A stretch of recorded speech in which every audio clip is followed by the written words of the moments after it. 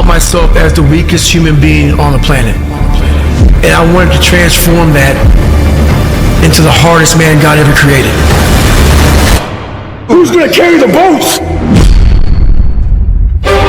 When you go to war with yourself, you find a lot of peace because you know exactly who you are. When you quit, your mind says we're done. So it doesn't expand. There's no expansion when you quit. Your mind takes control of you. You have to say, F you, I run this motherfucker. You gotta tell your brain where you wanna go and how you wanna go and how you wanna get there. Stay fucking hard! That warrior mentality that I'm so proud of, I wasn't born with it.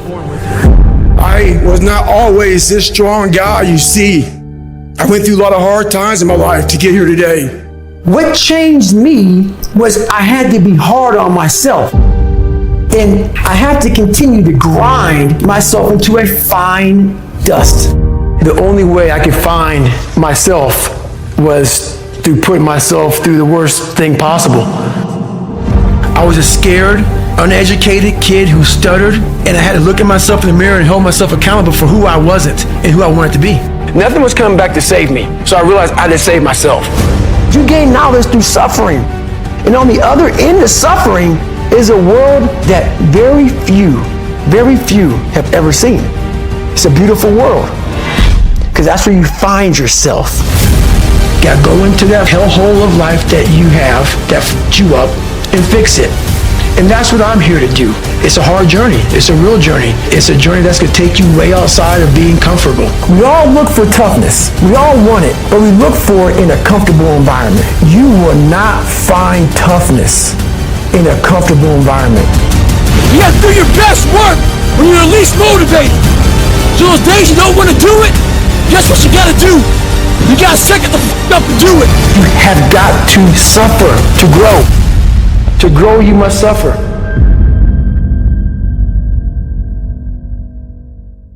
The things I don't enjoy that I still do, that's where growth is at.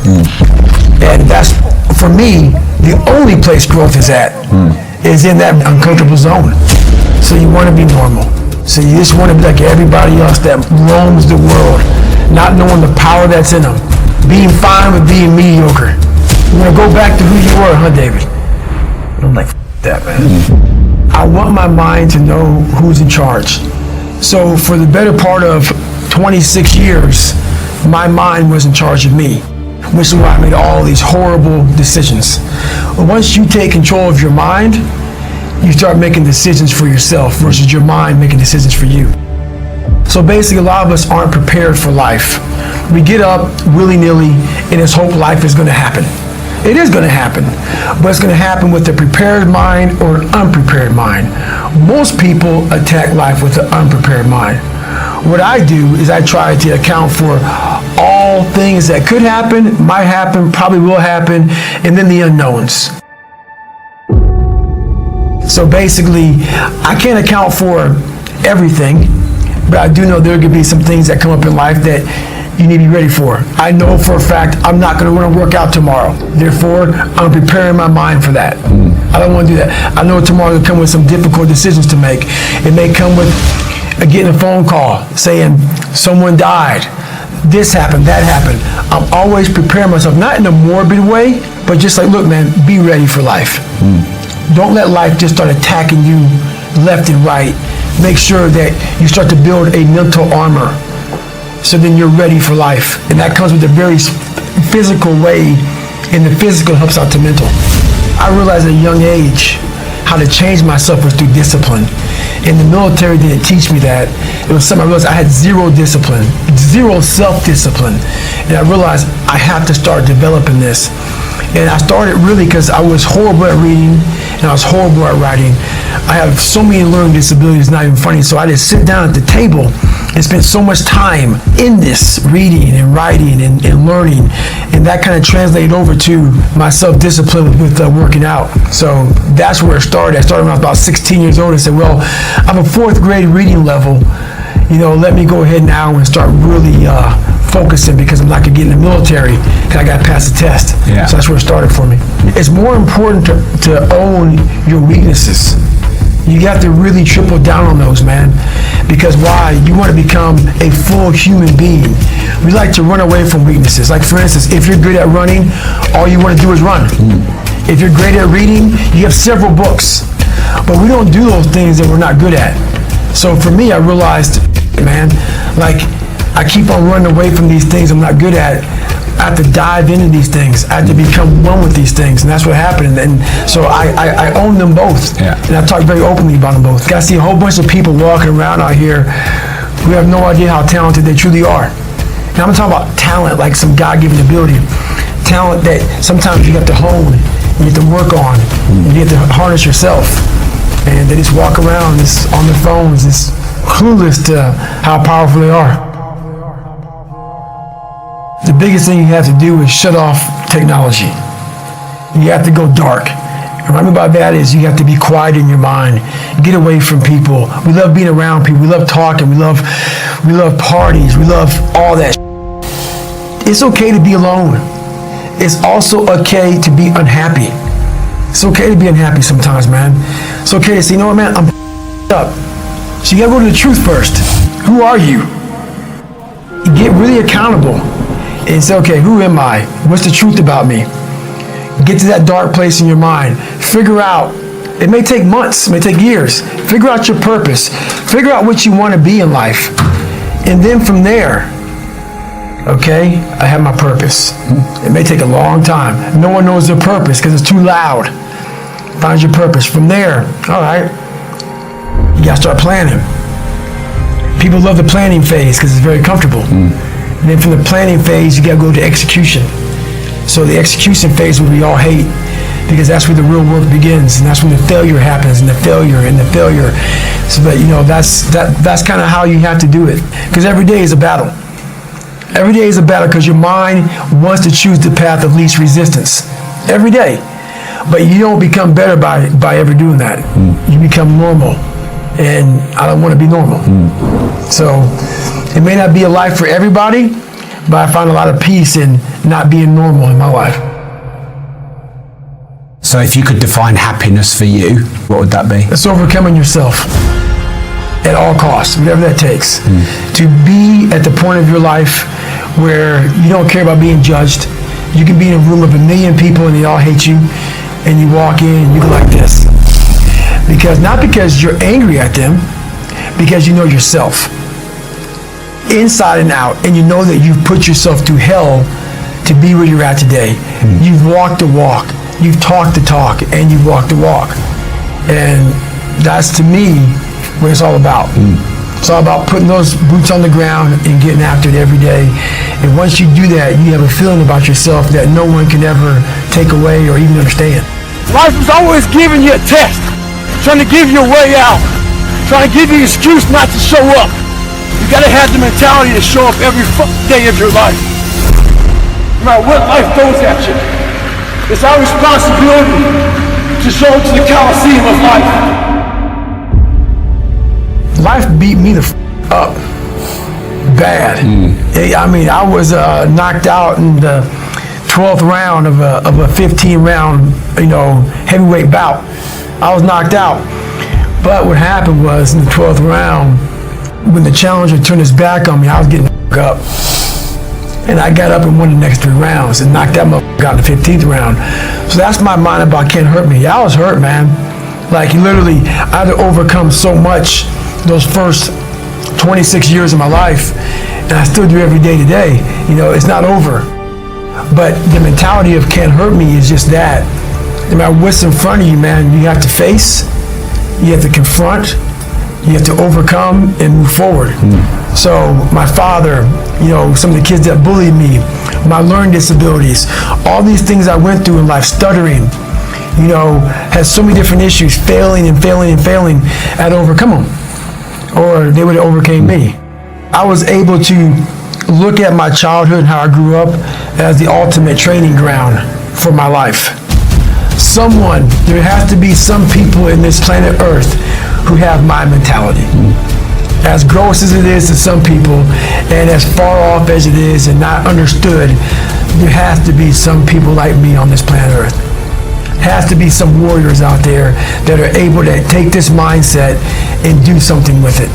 So that right there, once you are able to look at your life and realize that all these bad things are actually the ultimate training ground for what you're going to, encounter in life, you start looking at your past very differently. I'm still examining human potential. How far can the mind go? How far can we go as human beings? But it's amazing that once you get control of that thing, how far you can go. At the end of the day, I ask myself one question: can I take one more step? And usually the answer is yes. So if you can answer that question and not take another step, that is real failure. That is real quitting. So a lot of people can take one more step, but they choose not to. I don't know if you can take two steps. You got to answer that question after you take the first step.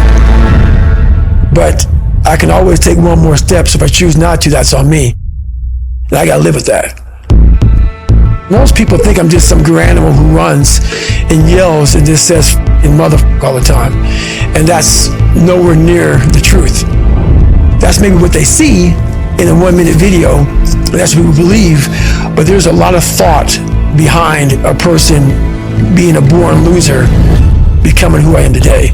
You don't just wake up and just rocky. You gotta wake up and think about, there's a process to getting better. For me, I built Goggins from the ground up. I was born David Goggins. David Goggins wasn't good enough. He was a scared, bullied, abused kid. That kid, whenever something got tough, no matter how hard I trained, no matter how ready I was, whenever something got tough for me, David Goggins, the real David Goggins, would come out and he would quit. So I realized this over a period of time. So I had to build Goggins. And in that process, I have to go back to that mental lab. And that mental lab is at scratch.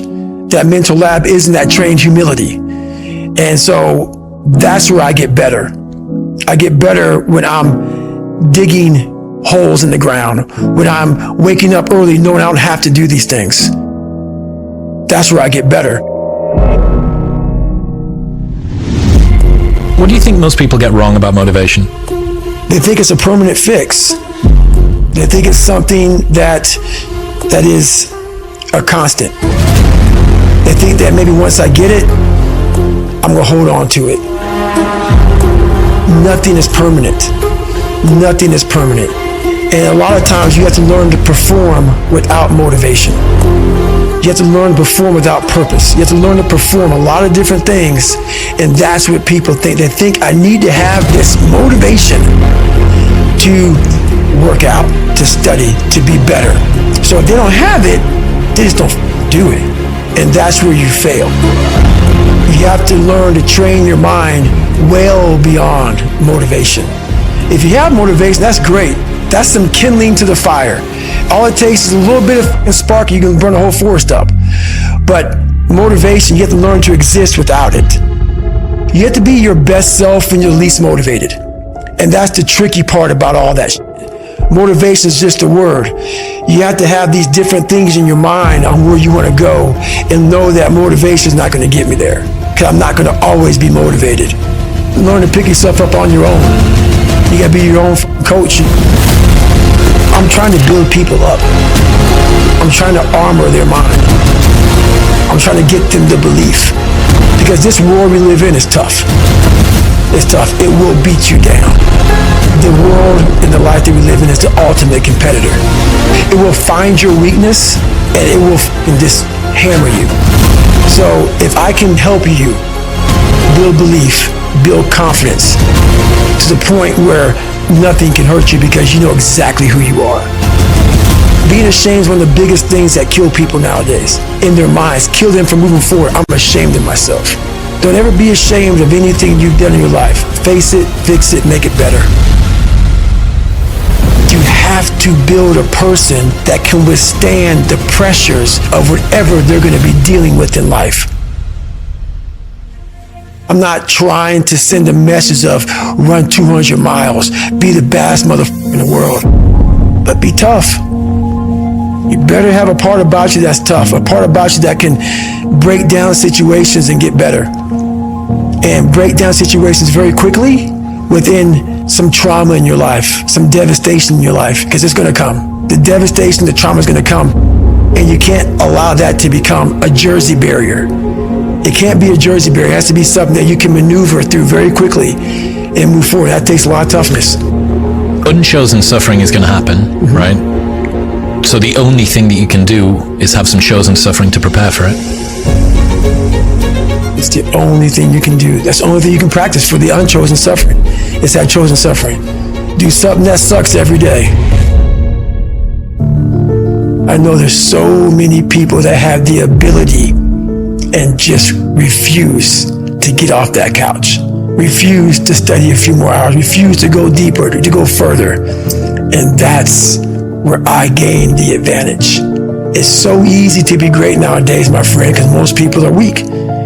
Most people don't want to go to that extra mile. Most people don't want to find that extra because it sucks. It's miserable. It's lonely. You become very, very powerful when you overcome yourself. You have to want it. You have to want to be better. And it starts off with you have to have pride in yourself. You have to have pride in yourself. You have to have, there's something about you, whether it's your last name, whether it's just the smallest thing. You have to be proud of yourself. If you have no pride in yourself, I can't give it to you. Because you're always going to compromise. You're always going to fold.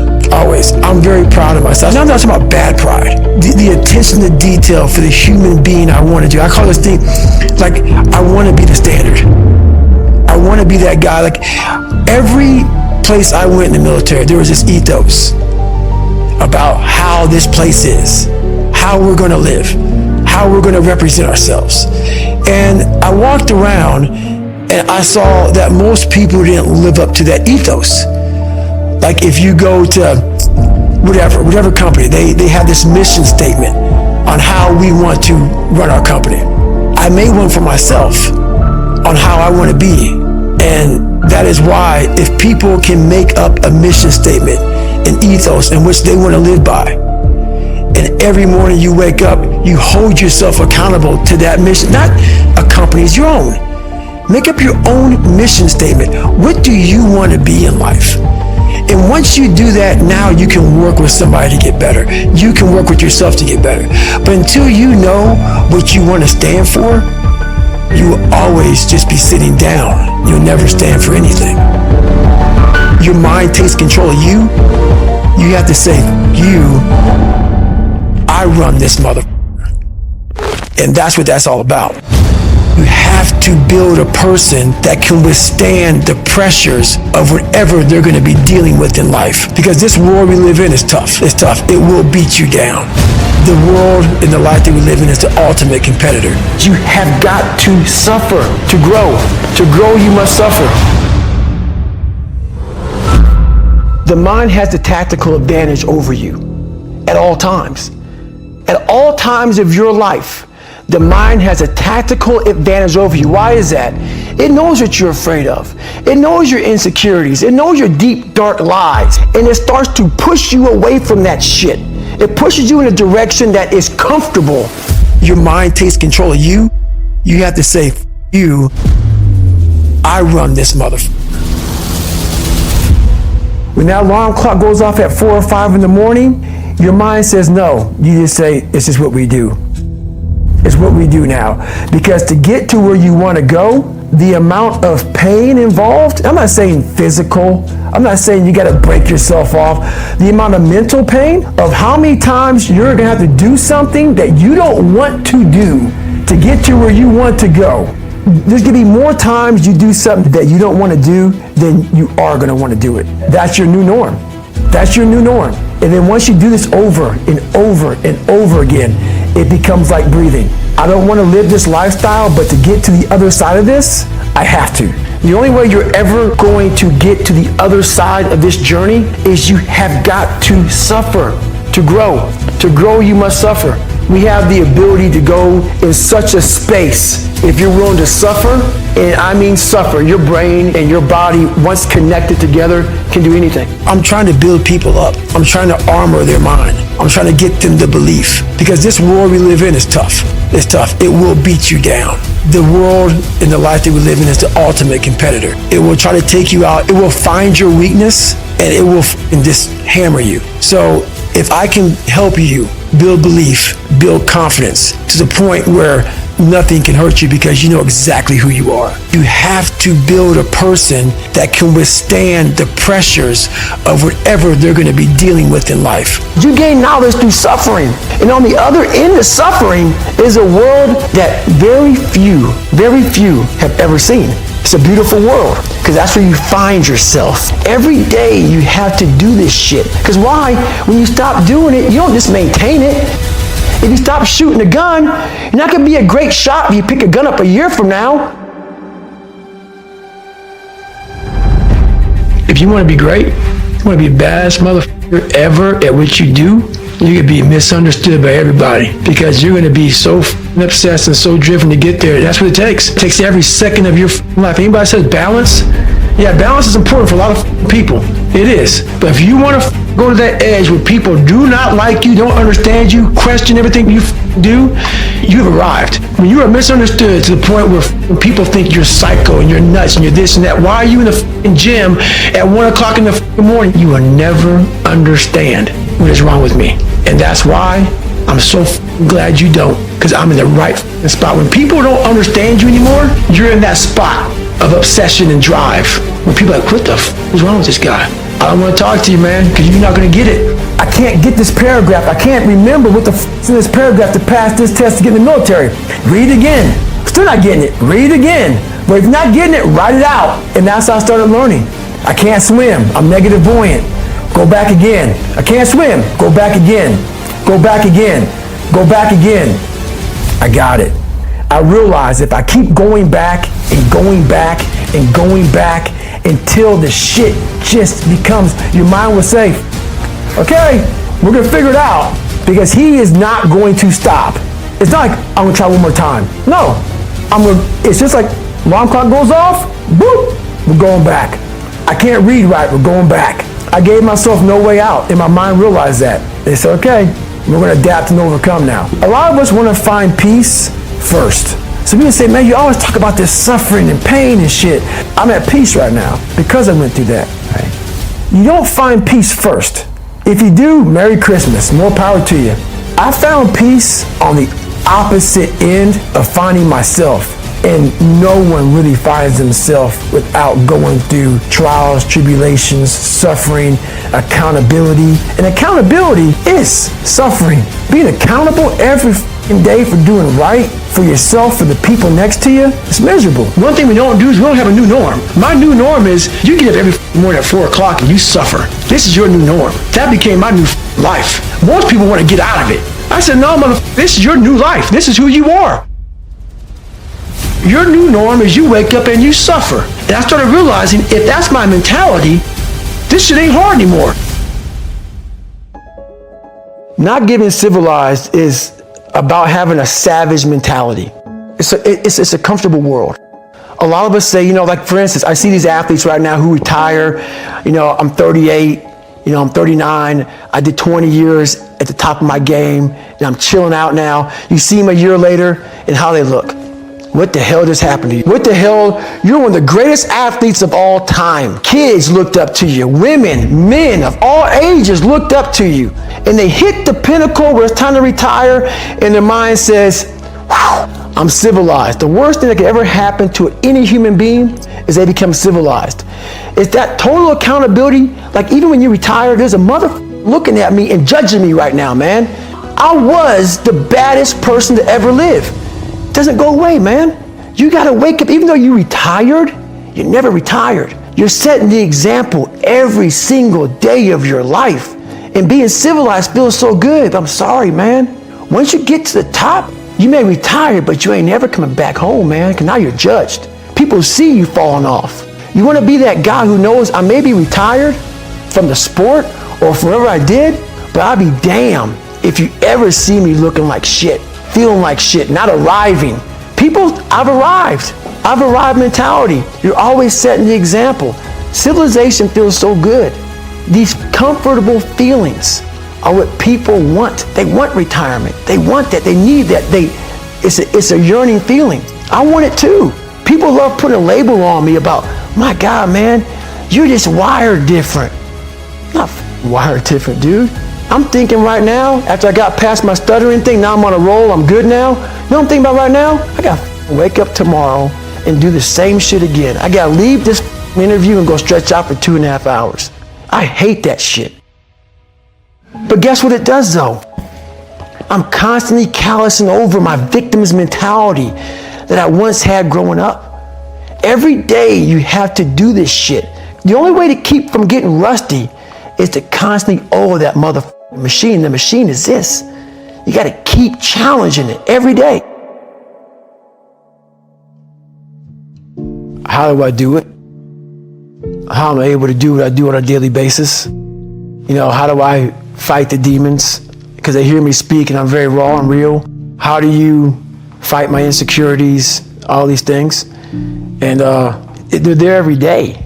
They're there every day. I'm in search for a feeling. I'm not in search for a trophy. I'm not in search for love. I'm not in search for more followers on Instagram or social media. When I started this journey years ago and I realized that I'm going to be somebody and I'm searching for a feeling of true victory for myself and only myself. The second I shut out the whole world and realized that one thing, that I am in this world alone. I'm fighting in this race by myself. Yeah, I'm all about people. I'm all about team. I'm all about that shit. But I'm really all about right now and in my life, no one knows the real truth about me, how hard I really go. I don't care if anybody knows. I don't want anybody to know. I'm an introvert. I live an introverted life. And I love that about me. That right there is my fuel. Is I know that there's really no one out there grinding like me. And if they are, so be it. If I know about you, I'll make sure that I up my game. That's what the mentality is all about. My whole thing is a mentality thing. I view myself as the weakest person on the planet Earth. I was just an insecure, scared kid. And the only way I could find myself was through putting myself through the worst thing possible. My goal in life was to, in my mind, believe I'm the hardest man alive. And that's why the whole thing is can't hurt me. That's what it's about. It's about whatever you think you are, you have to make that dream a reality. But that's where the hard part is making that dream reality. That's where the hard work comes. That's where people know, how do you keep grinding every day? You have to make those insecurities, those fears. Like when I was 300 pounds, I didn't have any drive. I'm gonna go be a Navy SEAL. What kind of stupid shit is that, 300 pounds? There wasn't like a drive to go be a Navy SEAL. I was an insecure, lying kid, afraid. I had to look at my insecurities and in my fear and find drive in that. We're all looking for passion. Passion's all around you. You have a whole stack of it all around you. It's your insecurities, all that shit. You gotta dive deep in that shit. It's all in there. All the energy and fuel you need is right in yourself. It's all there. You got a lot of stuff to do to overcome. And you know, that's where I found it. I found it right there in my own insecurities. I found drive in my own insecurities. And that's the most powerful thing in the world. When you can find drive in your own doubt, fear, insecurities, you become very unstoppable. Let's say you're in the hospital bed and you're getting ready to die and somebody walks in the room and you have one copy of your book and it's sitting right there on the table. And you're taking your last breath and you're talking to this person. You say to them, I want you to read this book. As you're dying, think about this. That book that you just wrote, would it change their life forever? And if it's not changing their life forever, you have to rewrite your book. You have to start rewriting it right now. I wanted to live my life in a way that when I died, I was proud of myself. I know what pride felt like. And if it took pushing myself to death, I was willing to do that. If I want to look in that mirror, not impress anybody, not money, not fame, not nothing. I wanted to impress the guy in the daggone mirror. And I worked endlessly and tirelessly to do that. And it happened. I see what is not the norm, what's impossible, what all the theorists say you shouldn't be doing this. That's the wrong way to go. And I'm like, let me see if I can pull this shit off. It's so easy to be great nowadays, my friend, because most people are weak. Most people don't want to go to that extra mile. Most people don't want to find that extra because it sucks. It's miserable. It's lonely. I really started to enjoy seeing what the human mind was capable of, and seeing that what is so horrendous, there's so much joy and glory in this shit. The most important conversation is the one you have with yourself. You wake up with it, you walk around with it, you go to bed with it. Eventually, you act on it. Sometimes you act on it good, sometimes bad. You gotta change the internal dialogue. That person in your head that's talking that shit to you, until you change the internal dialogue in your head, until you callous over the victim's mentality that the world is out to get you because of you are the only, you gotta change that shit, man. I get that mentality. I once had that mentality that no one understands what the I'm going through. And if you keep that mentality, you're gonna stay in the same exact spot that you're in. I saw myself as the weakest human being on the planet. And I wanted to transform that into the hardest man God ever created. Your mind takes control of you. You have to say, you, I run this motherfucker. You have to be your best self when you're least motivated. You have to have these different things in your mind on where you want to go and know that motivation is not going to get me there. The only thing that changes your DNA is discipline. If you can get through to doing things that you hate to do, on the other side is greatness. You have to be willing to fail 100 times to succeed once. And if you're not willing to do that, man, you're not going to even get a fraction of what you're looking for. There's a new bar that you must always set in your life. And once you become complacent and you become civilized, you've arrived, you're no good for anybody. Everybody's journey is different. Everybody's journey is different. I was on a journey to see who David Goggins was. And that journey took me in some of the hardest areas a human being can even imagine. And right now, I'm the happiest person on the planet because, you know, I had to climb Mount Everest several times just to look down on my life to see what hell I came from. And that's what kept me going through all this stuff. Like I envisioned myself going through, like when I was a young kid and they called me all the time. My dad beat the hell out of me and I had no self-esteem.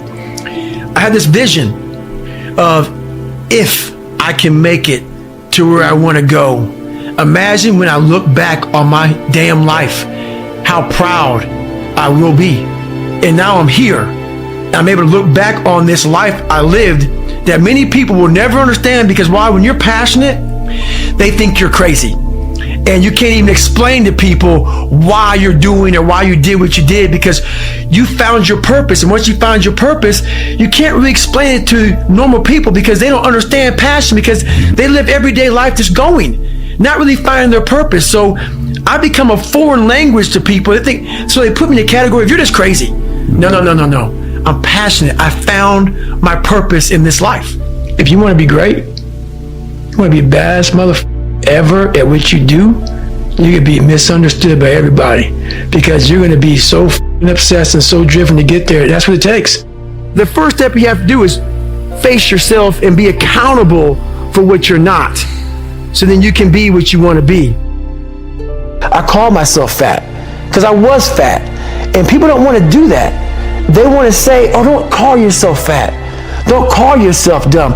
If you're not real and raw with who the you are, nothing's going to change. And in this nice new world that we live in, we want to hear, you're just a little big. No, man, you might be fat. How you address it is you face it. You face it every day. You face it every single day of your life, where you say, okay, like if you're fat and you need to lose weight, it's patience. It's patience in this fact of accepting who you are right now. I'm fat. I don't like myself.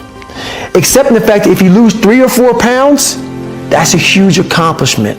I started realizing, man, just by going to war with myself every day and putting these challenges and these goals and these obstacles, these insurmountable obstacles. So it wasn't about losing 106 pounds. Me losing 5 pounds was an accomplishment. Right? Me losing 10 pounds and then 50 pounds. The more I did this, the more I gained confidence. I was just working. I was just sacrificing. And then through that, all these different tools started coming up. But I would have never found these tools if I didn't put myself in a very uncomfortable place. We all look for toughness. We all want it, but we look for it in a comfortable environment. You will not find toughness in a comfortable environment. Those of you who are listening to this, whoever hear this, you will not find it. I was trying to look for it everywhere. The only way you find it is to drown yourself in a position where you're just out of sorts, where you can't swim and you're drowning. Where you're drowning. You're drowning in life. But you say, you know what, man? I'm gonna figure out how to backstroke or something. When you quit, your mind says, we're done.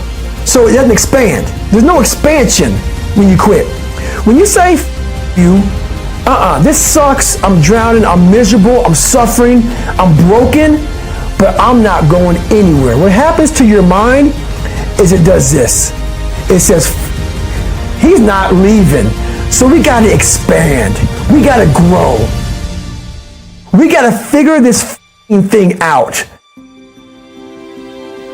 We're only 1% away from true greatness. There's a big difference between 99% and 100. I always thought that I was giving 100%. I wasn't. But I was only 1% from making that money, from being where I want to be, from having everything in life that I've ever dreamed of. But it's that 1% that we sleep on. It's that 1% that we wake up in that morning, we're like, you know what? Not today. Maybe tomorrow. Well, guess what? That's why it's so easy to be great nowadays, because most motherfuckers are weak.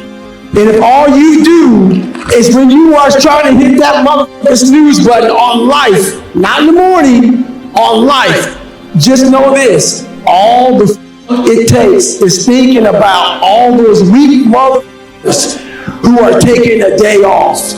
And trust me, you will come up real fast. Like I say, it's easy to be great nowadays because motherfuckers are just weak, very soft.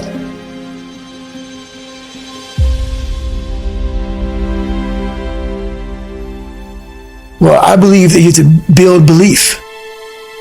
Belief is like, there's an after school special belief where the mom says, believe in yourself, and that's all great, but there's also a built belief.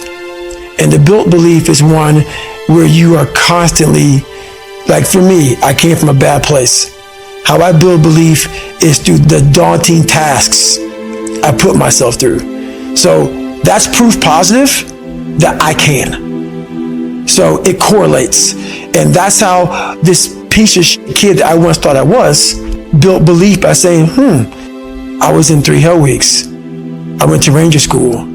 I tried out for Delta Selection. Undeniable stack of proof. That is proof, motherfucker. So whenever you think you can't, confidence comes from the thing that you built. You must build belief. You must build confidence.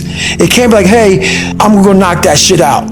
You gotta look over here and say, I can knock that shit out. It's belief, and it's built on what you put in to yourself. And one thing I was able to do was to dream. I was able to dream outside those 4 walls of that small town. And until you're able to really put yourself into that dream, but don't make dreams your master, that's where you truly become what you're destined to become. What do you mean, don't make dreams your master? A lot of people sit back and they dream about being a sports figure, or dream about being a SEAL, or dream about being an astronaut, and all it is a motherfucking dream. They don't put the work behind the dream. That dream has become their master.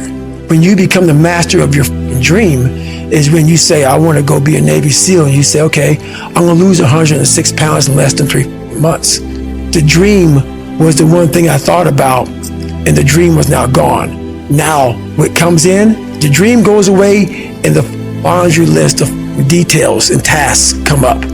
Gotta do this, gotta do this, gotta do this, gotta do this. That's when you become the master of your dream. So, a lot of people out there dreaming. We are all great. No matter if you think you're dumb, no matter if you think you're fat, no matter if you are fat, no matter if you've been bullied, we all have greatness. It just, you gotta find the courage. You gotta find the courage to put your Bose headphones on and silence the noise out of this world and to find it. You have to get in a quiet place in your brain.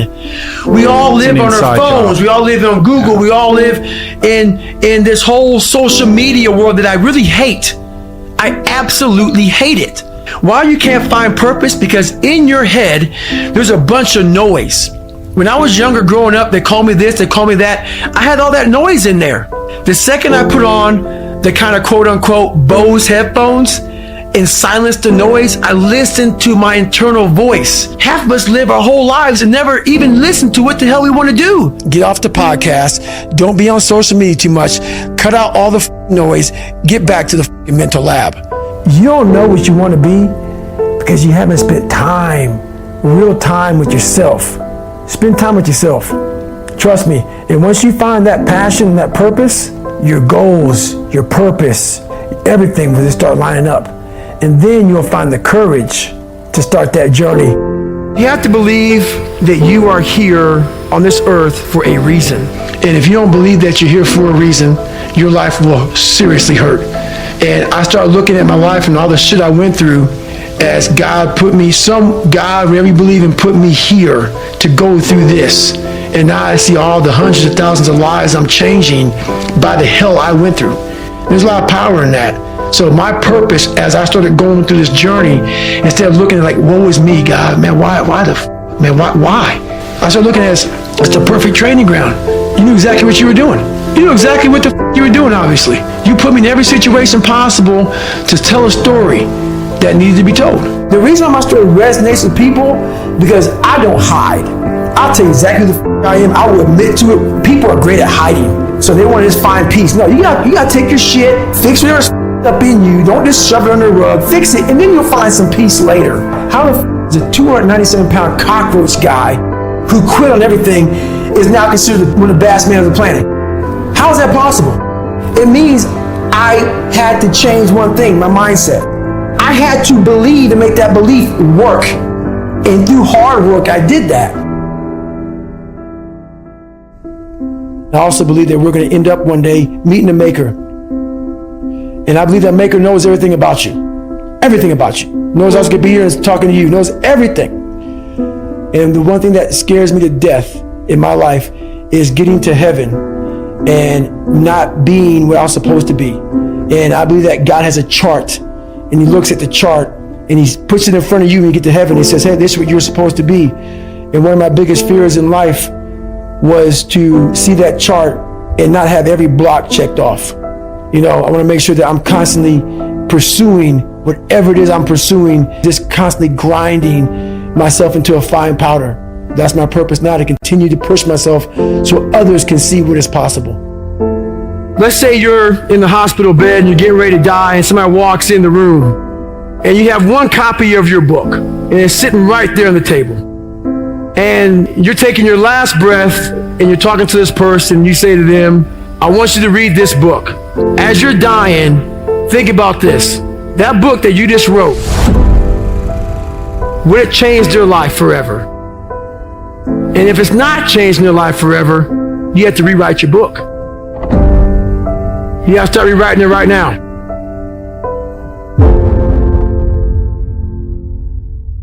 You have to make the decision whether you want to be a badass or whether you just want to be mediocre and everything's okay. But being a badass hurts real bad. Life isn't fair at all. At all. So what are you going to do about it? It shouldn't be fair. It's a trial ground. It's a testing ground. It's built to make us harder. It's built to make us as strong as we can, to test us, to drive us. So, mentality is the only thing that gets us through life. I was an underdog. I knew that no one was coming back to help me. No one was gonna miracle me to be somebody special. Everybody that called me, my dad, my mom, all my situations were on me now. It's solely on me. So I had to start developing an indestructible mental toolbox. The most powerful weapon in the world. We walk around with it. It's our mind. You have to believe that you are here for a reason. That there's some reason, me getting beat up, me getting tortured, me being bullied, me being born with no foundation, me having to figure all this shit out on my own, figure out this indestructible mental toolbox, had to be for a reason. And my reason, I believe now, I know for a fact, was to unlock the code of human potential. And for me to share that with people. I'm amazed at what a human being can actually do. I literally made this human being out of just like a whole bunch of scraps. And I started putting this scrap metal together. And after a while, I started learning more and more and more through pain and suffering, through all the failure I went through trying to build this person who's Goggins. The one thing that made me who I am today is being vulnerable. It's breaking myself down to the absolute rock bottom and being able to tell people who I am. And that's how I fixed it. Literally, being able to look somebody in the eyes, you know what, man? I have a whole bunch of character problems, character flaws. I've lied about this. I've cheated here. I'm insecure here. This isn't the real me. I lied to you about that. I wanted your acceptance in life. Life created this person, me. Life created me to be this person that I was back in the day. And I had to realize, man, that's okay, man. It's not my fault. Now I gotta go back and fix this shit though. So a lot of this isn't your fault, why you do some things you do, why you feel the way you feel. But no one's coming back to save your ass. You have to go back to where the shit started, wherever that place is for everybody, and have the courage to go back there and start fixing what broke you. One thing I'm most scared of in the world is losing touch with the best thing in the world is your mind. Your mindset, how you can picture yourself, how you can focus, how you can drive, how you can put yourself in so many situations to get out of it. Because those headphones we listen to, those phones that we Google to find information, there's so many situations in my life where that shit's not gonna help me. It's not gonna help me because I know what's helped me. None of that stuff's ever helped me. None of that stuff's ever helped me. What has helped me has been me alone, getting my shit together and being accountable for who I'm not and who I want to be. It's the only thing that's helped me. We all live in this world where our brains are keeping us in this box. Outside that box, on the other edge of suffering, is a world that's endless of opportunity. But we are afraid to go outside that box because in that box is comfortable. That's where all of our nice stuff, that's where the nice 4-lane highway's at. I know where the restrooms are at. I know where the gas stations are at. Outside that box, man, God gives you a shovel and says, man, start digging. That's not fun.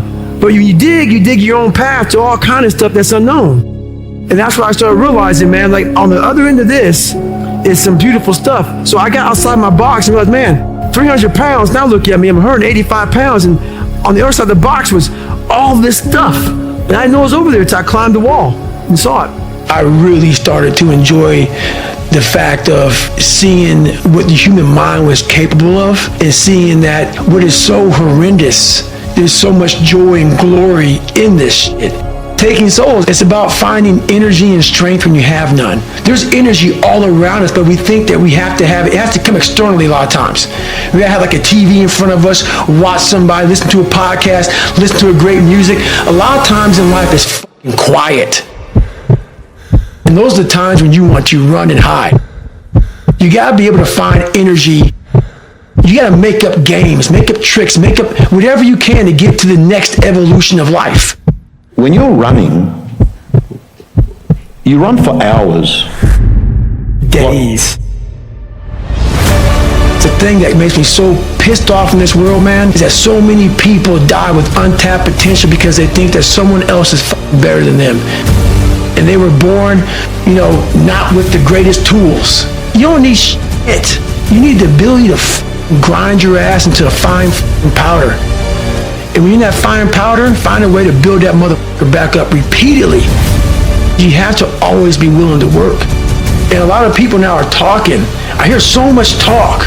I don't hear a lot of work. I hear a lot of people telling you what you should be doing, how you should be doing it, how you should be living. And I look at them and you're fat, you're out of shape, you look like shit, but you're telling the motherfucker how to live. The woe is me mentality. It's too hard. Life isn't fair. These things in life are not easy for me. You look to your left, you look to your right, and you start to judge yourself off other people. Everything starts to corrupt your mind. You start to look around too much at other people and what they're doing, and that starts to corrupt your own dialogue. We are judging ourselves against too many fucking people. You have to judge yourself against yourself. This is a race against David Goggins and David Goggins alone. And once you can silence all that bullshit, all the outside interference and things that are attracting your mind to everything, you can then start to grow. We want to skip forward to peace. Let's skip all this pain and suffering and misery of real life.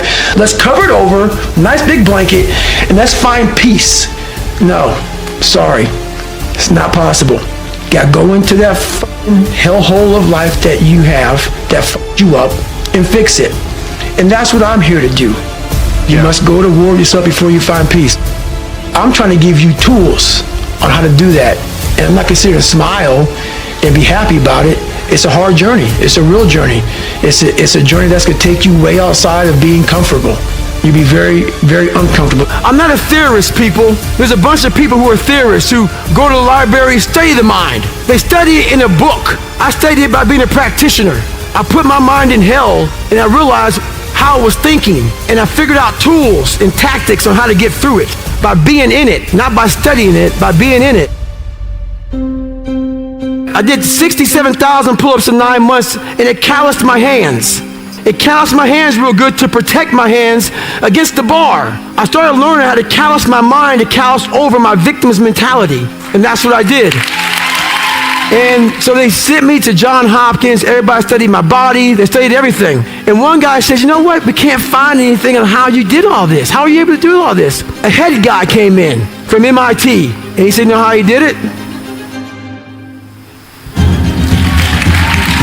So, mentality is the only thing that gets us through life. And the can't hurt me mentality is no matter where you come from, the sewer, or wherever you think you're from. When I got out of the sewer, I got to the road and looked around and said, can't hurt me. Nothing should be able to hurt you.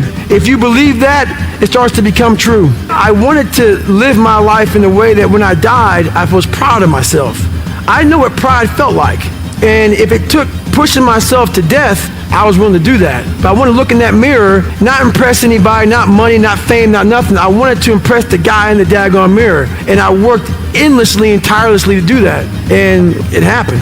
I actually sat back when I was fat, nasty, out of shape, miserable, and created a human being in my mind that didn't even exist. And said, that's what I want to be. I want to be that guy. I want to be a guy that's capable of doing exactly what I'm doing today. If you weren't born that guy, that mentally strong guy, he can't be made. But in making that person, you have to be who the you are every day of your life and never care about anybody who gets in your way that says you're not doing something the proper way. When you get beat as bad as I did, I lied all the time. I wanted to be accepted and loved and all that shit that I created about 50 people. Whatever you like, I like. Just be my friend. And that's where we get lost in life. You start to create a whole bunch of people that aren't even yourself. You never figure out who you are. You never live up to your dreams, your ambition. You live up to what whoever is around you that you like so much, that you want to emulate and be like so much, you live their dreams. You lose your power. You lose your power. The ultimate power is owning yourself. So how did you get to where you are? I became feelingless. And what that means is I'm not saying turn off your feelings towards your family, your wife, your husband. I'm not saying that. Turn your feelings off when it comes down to you wanting to be better. What that means is when that alarm clock goes off, your feelings gotta go away.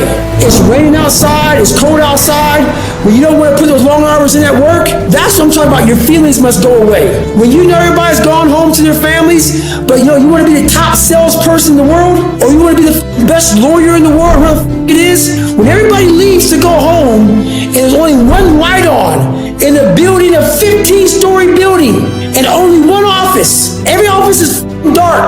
There's one office with one light on, and as those motherfuckers go from the club, they look up every day, 2 o'clock in the morning, they see that light's always on. That's the motherfucker right there you gotta be. You can't have feelings about when everybody leaves. Oh man, I wish I was going home to my beautiful family. That is true, but you gotta learn to shut your feelings off if you want to achieve greatness. Hope ain't gonna get you. Everything happened for me. And we always fall back on what's comfortable to us. What's comfortable for me was, if it's easy for me, I'm gonna do it. And so when I was going through pararescue training, I ran up against an obstacle that I didn't think I was gonna run up, and it was the water. I hated the water. But I tried hard to get over that.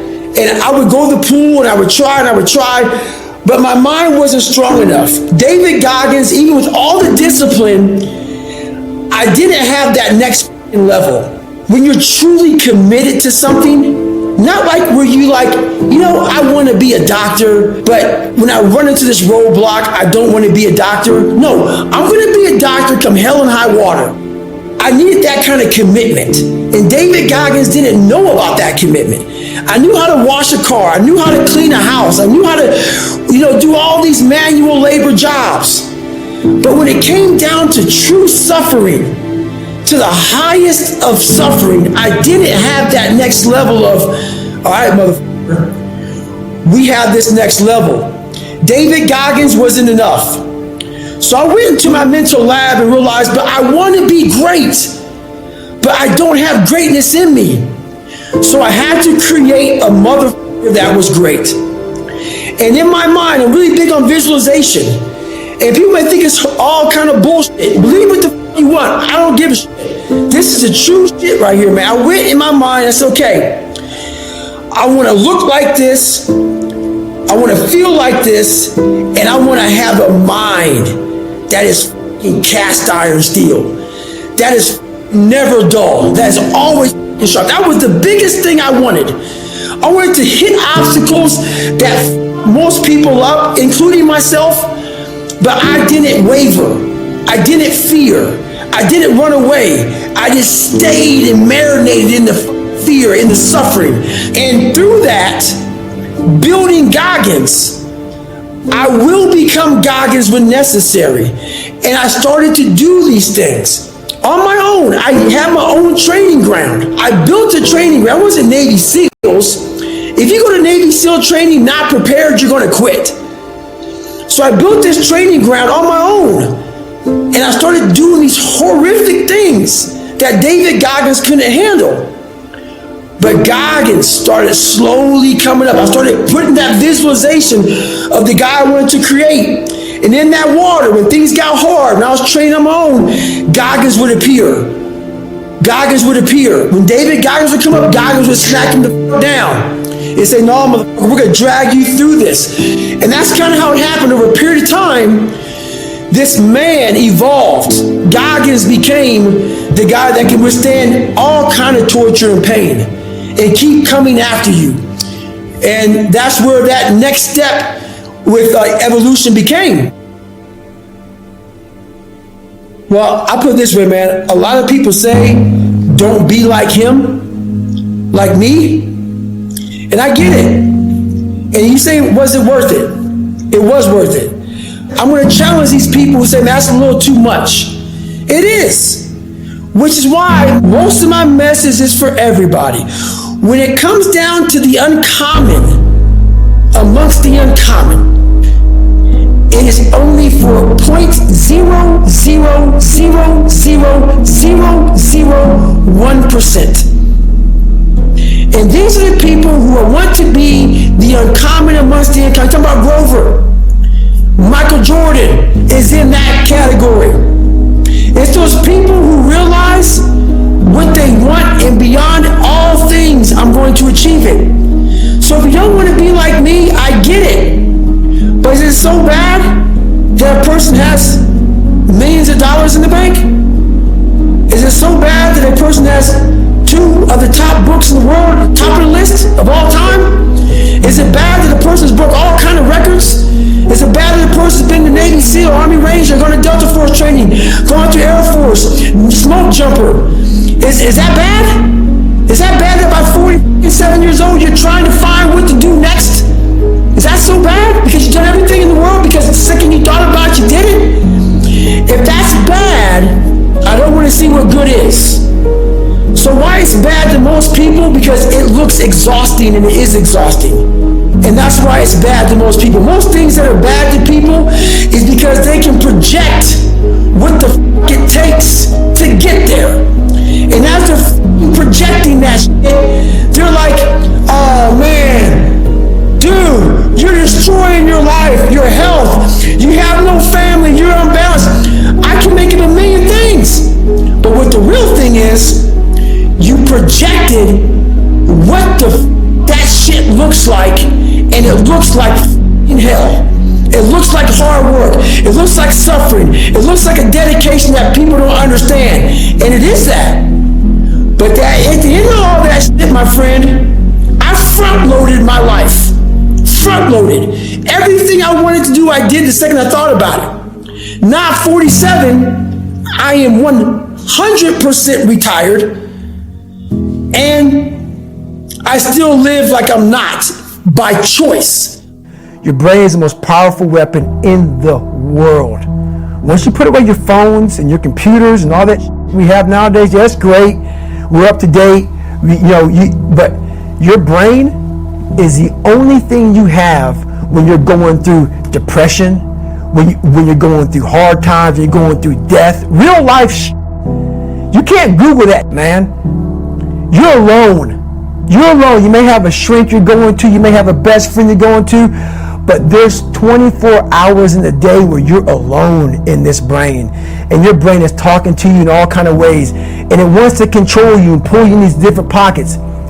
If you can't control your own brain and your brain controls you, you got to tell your brain where you want to go and how you want to go and how you want to get there. You got to control it.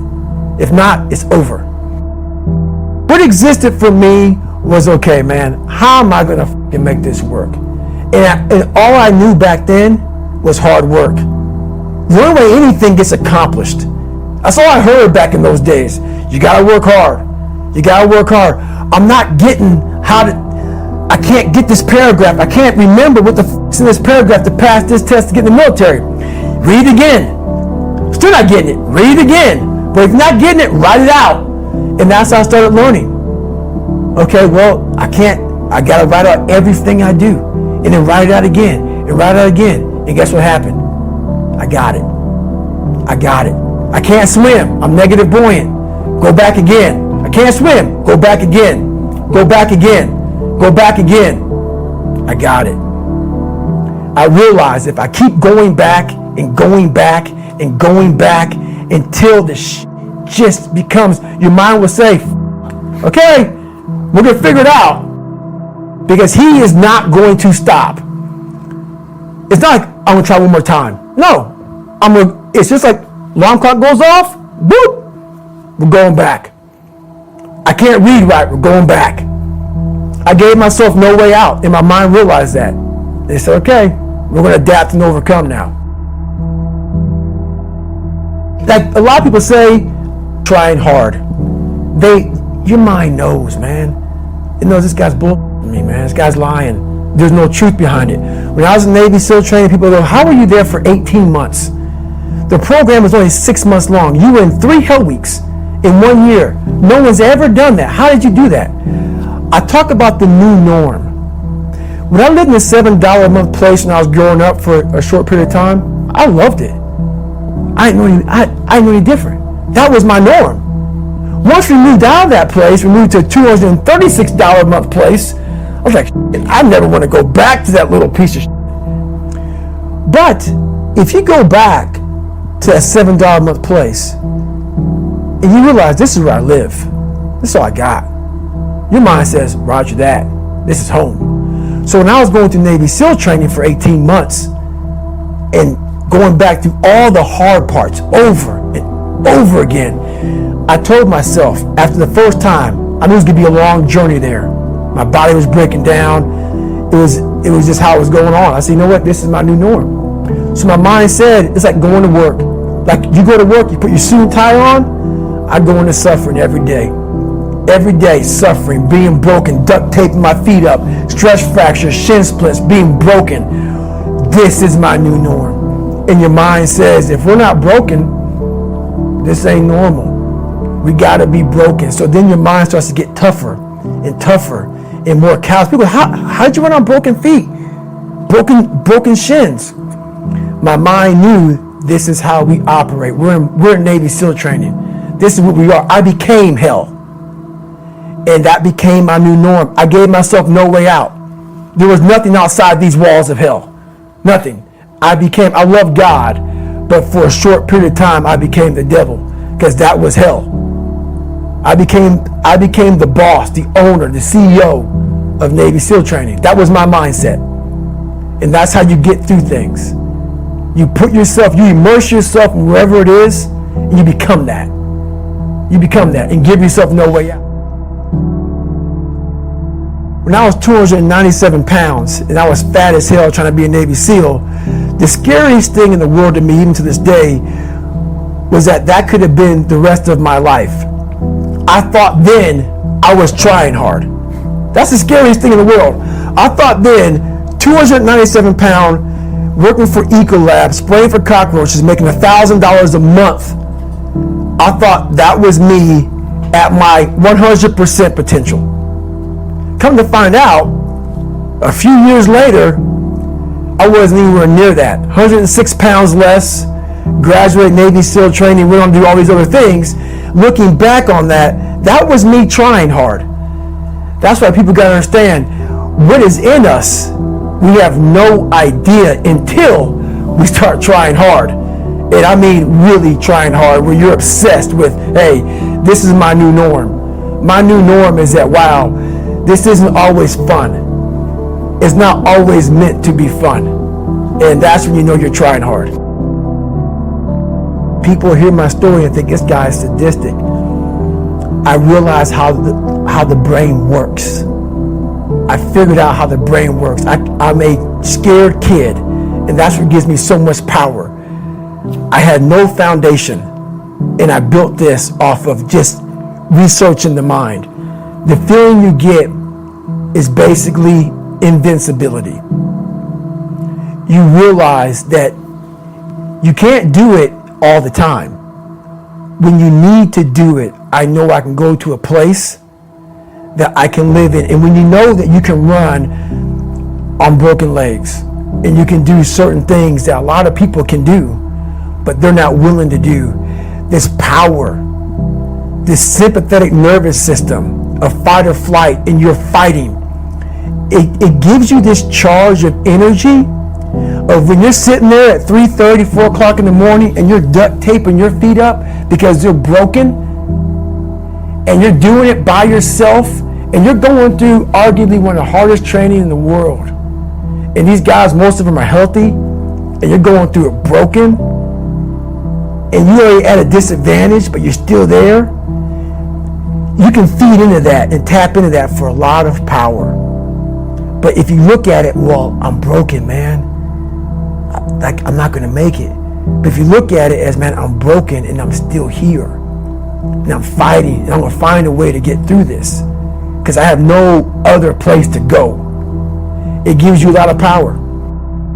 When things start to suck really, really bad, my brain and a lot of people's brain, they don't go to your dad beating you up. Your brain says, we gotta get the out of here. This is miserable. So anger goes away a lot of times when you're suffering, because your brain just says, we gotta run, we gotta go. So that anger is not popping up saying, oh, I'm gonna show them, I'm gonna show those people. No, there has to be a much deeper, when I say deeper, it has to be down to mineral soil. It has to be down to that nice mineral soil where nothing can burn. You can't burn dirt. So it has to be down that low, that literally is something in you that's at the core of your soul. But you don't find it unless you spend a lot of time with what you want to be in life. I can't give that to you. Right. You can't give it to somebody. When you find your true passion in life, and my passion for me, when like, oh, I want to be, I don't give a Navy SEALs, Army, I don't give a shit. I want to serve my country. I want to be someone that I'm proud of.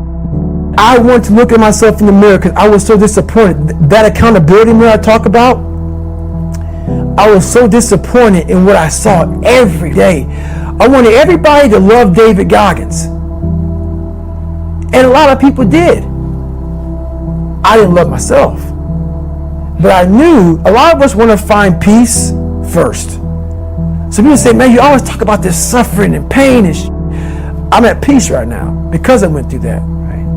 You don't find peace first. If you do, Merry Christmas. More power to you. More power to you. I found peace on the opposite end of finding myself. And no one really finds themselves without going through trials, tribulations, suffering, accountability. And accountability is suffering. Being accountable every day for doing right for yourself, for the people next to you, it's miserable. It's hard. So, even the smallest details. Dude, I'm not a masochist. I'm not crazy. I'm not this and that. People try to title me and label me. When I was growing up, I saw my mom getting beat and I got beat. And I was some stuttering little black kid in an all-white school, and I used to go home and cry. I'm like, oh my God, man, I'm fucked up. I'm so fucked up. So I had to train one thing. You better train your mind. Because my talents can run out way early. When shit got hard for me back in the day, bro, I'm done. I'm out. See ya. Okay. I got to invent a motherfucker that can. So I invented Goggins. I invented a motherfucker that realized we're not good enough. But Goggins realizes we're mentally strong as and we're going to outstrength these motherfuckers in the mind. You need to work harder. You need to discipline your mind better. We need to help people more than just saying it's okay. It's okay that you're not willing to help yourself out. That's not okay. It's not okay. It's not acceptable. I came with this thing called perform without purpose. And so many people, they need to have a 5K, a 10K. I need to have a course in front of me. I need to have something in front of me for me to get my ass up and do some shit. And that used to be me. And nowadays, for the past 20-some years, I don't need purpose. And people miss out on this, man. The purpose, we're all looking for this golden purpose. Is it this? Is it that? Is it making money? Is it my family? Motherfucker, the purpose is you. We forget that. Every day I wake up and I don't want to do some shit. I'm like, okay, man, do you want to be a bitch today? Do you want to feel like a little bitch? Do you want to walk around all day knowing that you could, but you didn't? So it's perform without purpose. You have to learn how to get up and do shit when you ain't got no 5K, no 10K, nothing. Nothing exists. Your life sucks. You're in the dungeon. But guess what, motherfucker? I'm still going to get it. Because when that time comes, because the time is going to come, when that purpose is there, you'll be ready. But most of us aren't ready because we don't know how to do without having the golden carrot in front of us. And so we all, every step you take in that journey, as you're like, for me, I run every day. I hate it. But every step I take, I'm like, all right, motherfucker, you're beating the demon again. I made a decision, and my decision was to be the best person I could. And I basically, a lot of mornings I wake up and say, f your feelings. And that doesn't mean like, don't take it literally, your feelings. But sometimes you have to go beyond what you're feeling. And my knees were fucked, but guess what? I wanted to run. And I knew that, okay, you can get knee replacements, this and that. It wasn't because of I ran too much. People always want to say, oh man, you ran so much so you fucked up your body. You don't want to be like David Goggins. I hear it all the time. You don't want to be like David Goggins. I gave everything. I gave everything to who I am. I gave everything. And when you give everything, man, you have no regret. People didn't understand me. People don't understand me now. I don't give a I know exactly what I was doing. I'm not a masochist. I'm not crazy. I'm not this and that. People try to title me and label me. No, I had something to do. The way I describe it to people when people ask me, like, why does he do all these things? Like, what is the motivation here? I go, he's on a mental journey that very few people have ever been on, because people don't understand you, or they misunderstand you, or they purposely misinterpret the way you're living your life. You're trying to understand your mind in a way that very few human beings ever get to understand their mind, because you're taking your mind into these terrible, dark places all the time, and you're trying to pull things out of that. You're trying to learn things about yourself and about your potential from that. That's exactly it. And that's what people don't understand. I study the darkness. You find no fucking answers in the light. None. It's too happy. It's too nice. We don't need to be taught how to live in happiness. That just comes naturally to us. Happy moments, but the dark times, man, and you can't get there unless you put yourself there. Life will take you there, but when you get into those dark moments, that's why people, how are you able, man, I couldn't read and write till I was a junior in high school. How are you able to write like this, man? Motherfucker, I go to such places in my mind and I study the darkness. Like, it's not just physical. When I was growing up and I saw my mom getting beat and I got beat, and I was some stuttering little black kid in an all-white school, and I'm on stage and I gotta say one fucking line in front of fucking 15 people, and I walk off stage kind of fucking stutter. All those insecurities and all those fucking things, man, I used to go home and cry and be like, my God, man, I'm fucked up. I'm so fucked up. Hang on, man. As I got older, we gotta study this shit, man. The only way we're gonna fucking get through this is if we study it. So every time I'm in a dark moment and life's up around me, whether it be physical or just life, I get in it, man, with a fucking pen and paper. I'm like, okay, this sucks. I can feel like I'm losing my shit, but let's fucking study this.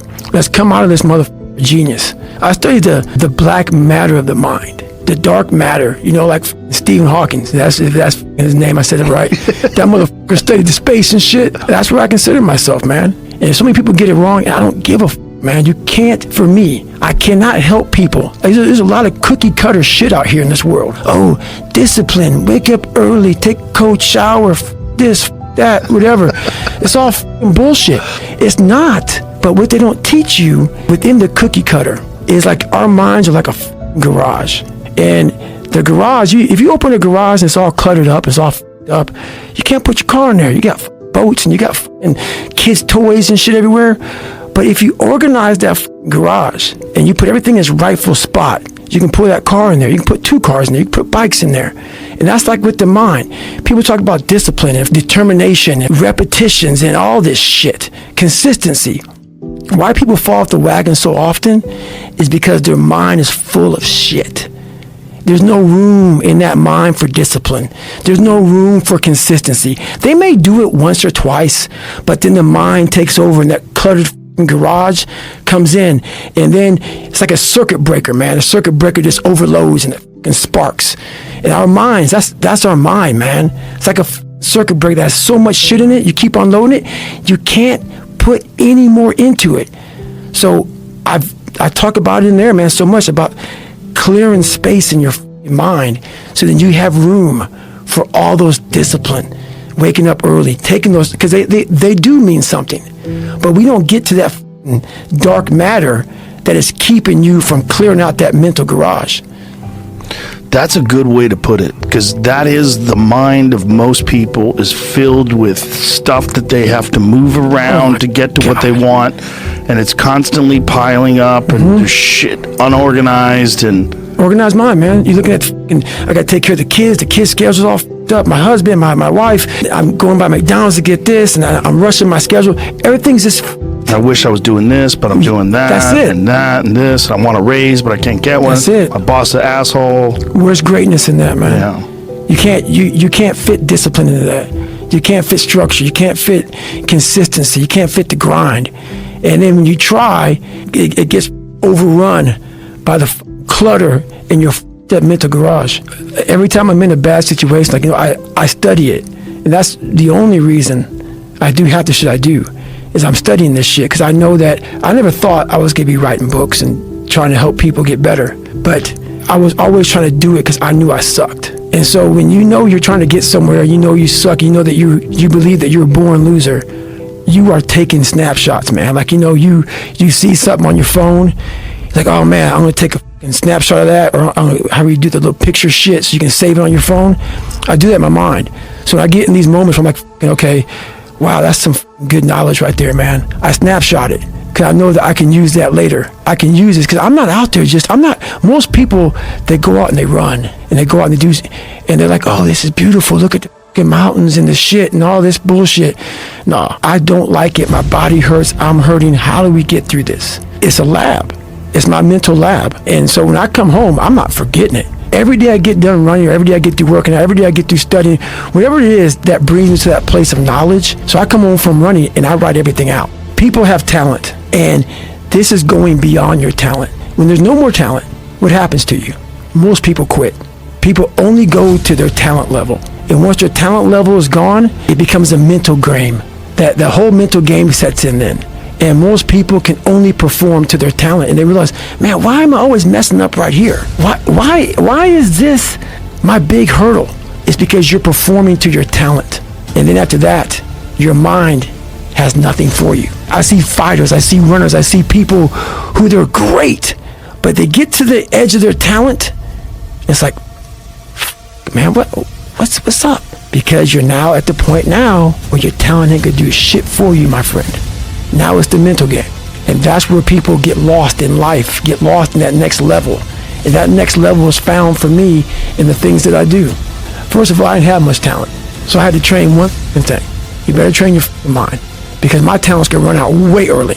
When shit got hard for me back in the day, bro, I'm done. I'm out. See ya. Okay. I got to invent a motherfucker that can. So I invented Goggins. I invented a motherfucker that realized we're not good enough. But Goggins realizes we're mentally strong as fuck, and we're going to outstrength these motherfuckers in the mind. And so many people just want it the easy way. I'm sorry, man. It's not. So what they start to do is they build this narrative of it's okay. When the narrative should be, you need to fucking work harder. You need to fucking discipline your mind better.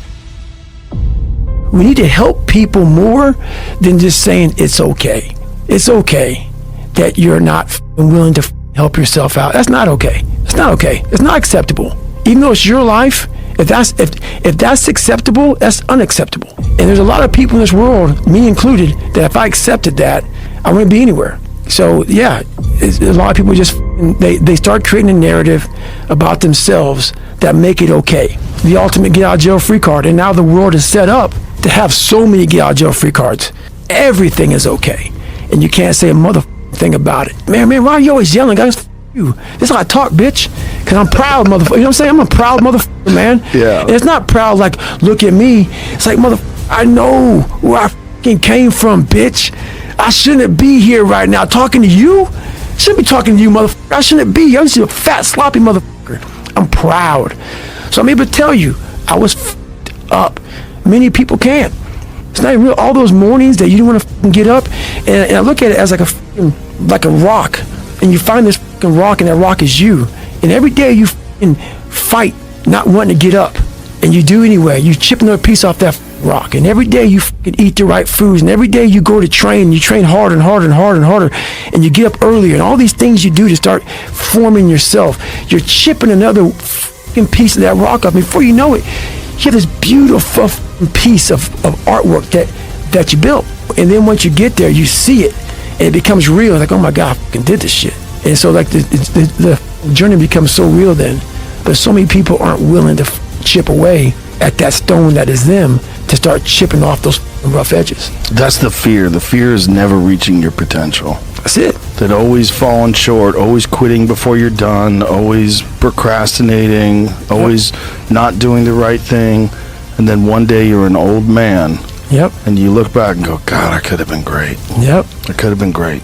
I never forget one time I was running by a graveyard when I was fucking just trying to become, I was fat. And I ran by a graveyard and I looked out there and I have all these epiphanies, man. I have all these moments of like, it's crazy, man, of just thought. Cause I'm always by myself and always in deep thought about how to be better.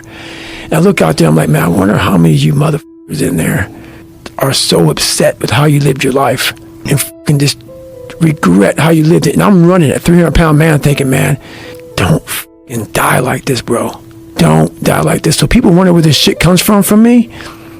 It comes from such deep thought of trying to see what this is all about. What is this life all about? What am I all about? Why am I here? You know, I had to find purpose, and my suffering, it had a purpose. It had a fucking purpose. Many people build confidence in different ways, and they build belief in different ways.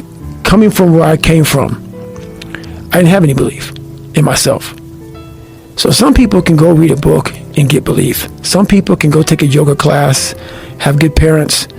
So where I came from was so far down underneath soil that I had to build belief by truly ingraining it in my brain. So the things I do, I'm always, every day, building belief. And my belief had to be where it is because I was so far down. So it may take a 200-mile run for me. It may take a 100-mile run. It may take late nights in the gym. But without belief, you have nothing. And I realized that when I was a young kid, I have no belief. I have to build it. And a 5-mile run didn't do it. I had to push myself to such extremes because I came from, people judge me by not knowing where I came from. So unless you're me and you came from where I came from, I guarantee you wouldn't have made it out. Guarantee it. And I knew that. So my belief comes from going, I had to build it. And that's how I build it, man. I build it by the things I do. I never cared about myself. Never. Never. Ever. Which makes what I do now for people, I understand. Because I care about people. Even though I'm an introvert because my fucking life sucked. But what I do for people, I really do. That's why I want to make sure that fucking book and things I do, that's why I don't, like, why don't you sell shit? Why don't you always, why aren't you like promoting this and that? And no, man. No, I care that you understand that I don't want to see you fucking kill shit. I want to see you better. The purpose is always there. The purpose never leaves us because the very purpose is you.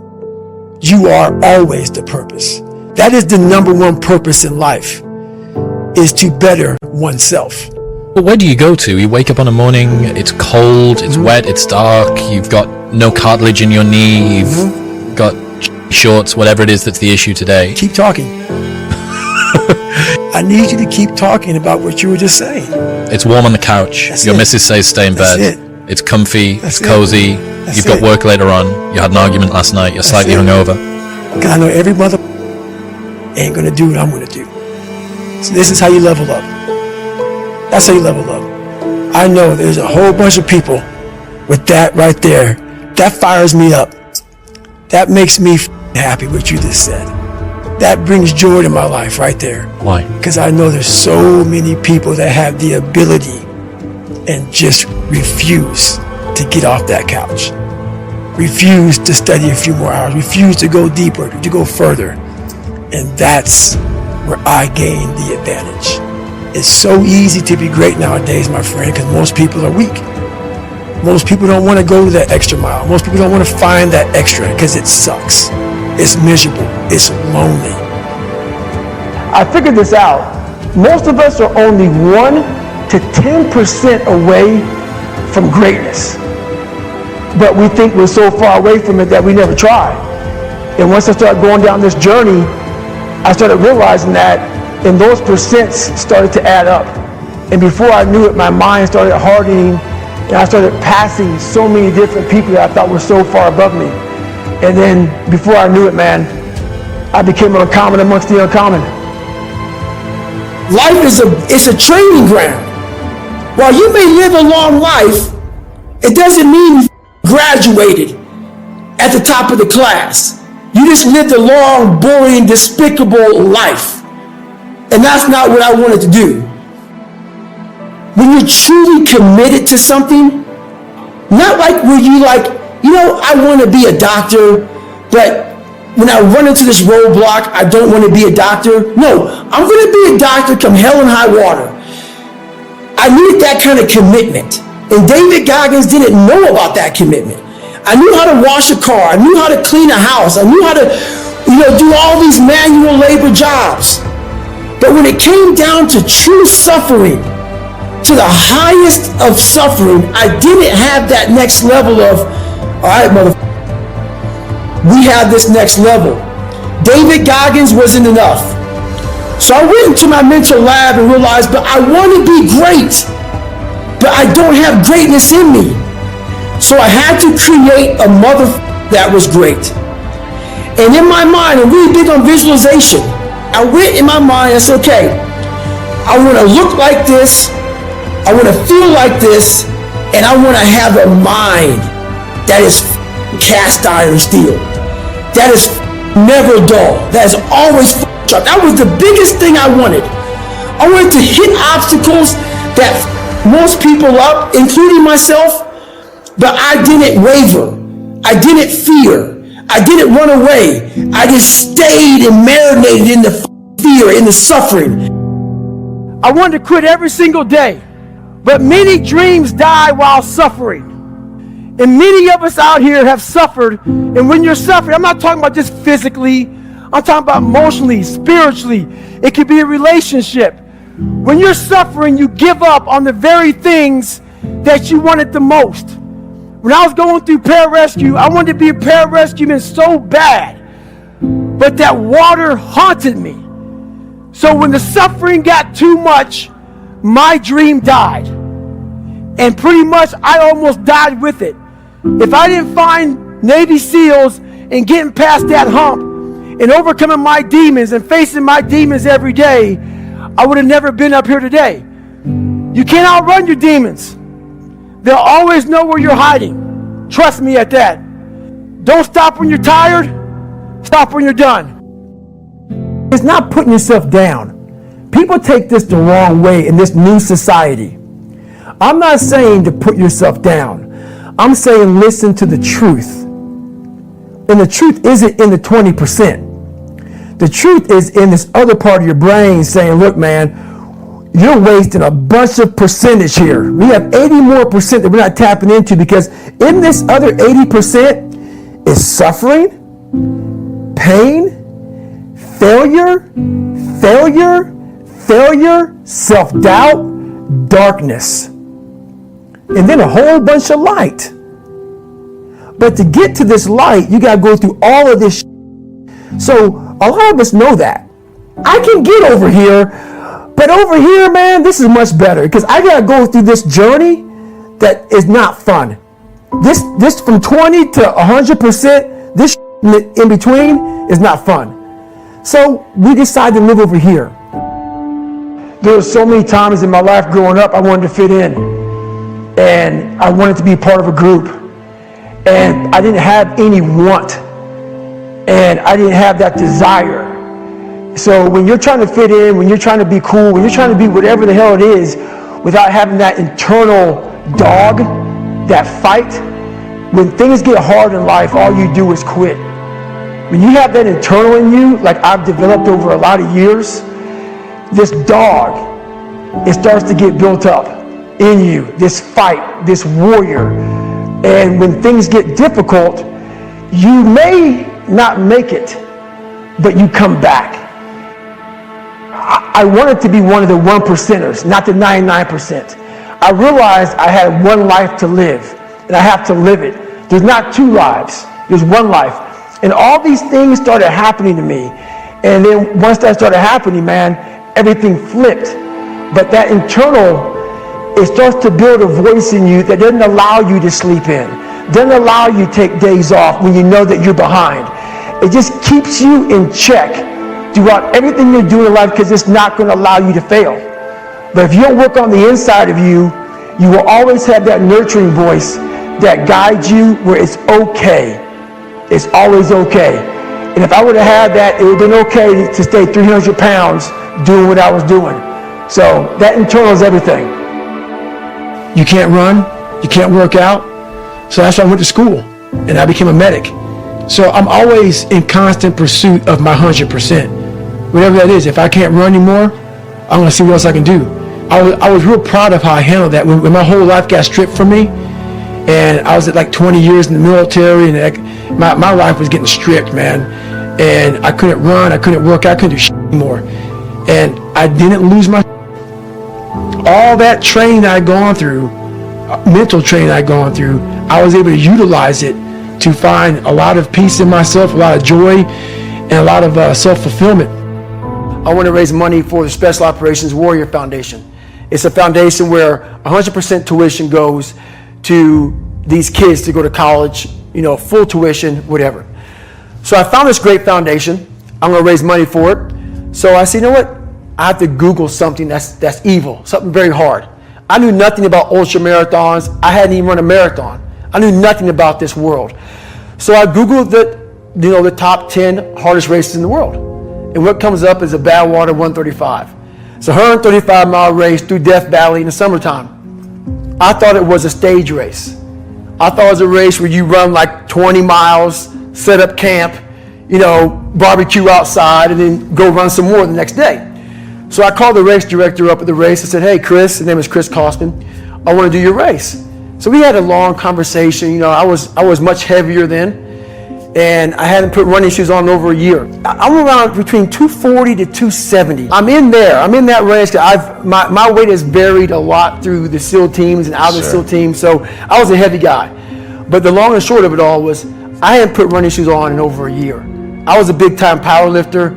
I lifted weights heavy. That's what I did. Right. I got back home from Iraq, went straight to free fall school, and then this happened. So I called Chris Kosman up on a Wednesday. He says, look, man, the only way you can qualify for my race is to run 100 miles at one time in 24 hours or less. There happened to be a race that Saturday, so 4 days later. And he said, if you qualify by running 100 miles or less in 24 hours, I will consider you my race. I'm going to cut to the chase. I signed up for this race. It's called the San Diego One Day, where you run around a 1 mile track for 24 hours to see how many miles you can get. My goal was 100 miles. So I got to mile 70, and I cleared 70 miles in like 12, 13 hours pretty quickly. But I was done. My feet were broken. I was stress fractures, shin splints, muscles were tearing. I was in bad shape. I was eating Ritz crackers and drinking Mileplex. That's all I had. No water, didn't know what the hell I was doing out there. Had on some tube socks. It was just ridiculous. It was a clown show.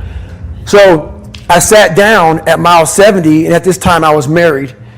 And I look at my wife, and I was like, I'm messed up bad. So I literally start to turn white. Here I am, I'm at mile 70, I think I got 30 miles to go, I'm jacked up. I gotta go to the bathroom, and the bathroom's like 20 feet from me, it's a porta potty. I can't get out of the chair, so I'm peeing blood down my leg, and I got 30 miles to go. And I can't stand up because my blood pressure's all messed up. I've been in 3 hell weeks, Ranger School, overcome so many obstacles in my life. This last 30 miles of this race is when I realized a human being is not so human anymore. We have the ability to go in such a space if you're willing to suffer, and I mean suffer. Your brain and your body, once connected together, can do anything. And this 30 miles was the life-changing moment. I was out of it. I was in the worst pain in my entire life. I was, to me, on the brink of death. And I was able to chunk this 30 damn miles into small pieces. I was so driven, and I'm not going to say motivated because motivation's crap. Motivation comes and goes. When you're driven, whatever's in front of you will get destroyed. So I sat in this chair, and I was so driven to succeed in this race. And at this time, everybody goes, were you thinking about the guys that died? And I'm not going to lie to you, I wasn't. This became a personal thing. This became me against this race, me against the kids that called me against me. It just became something that I took so violently personal.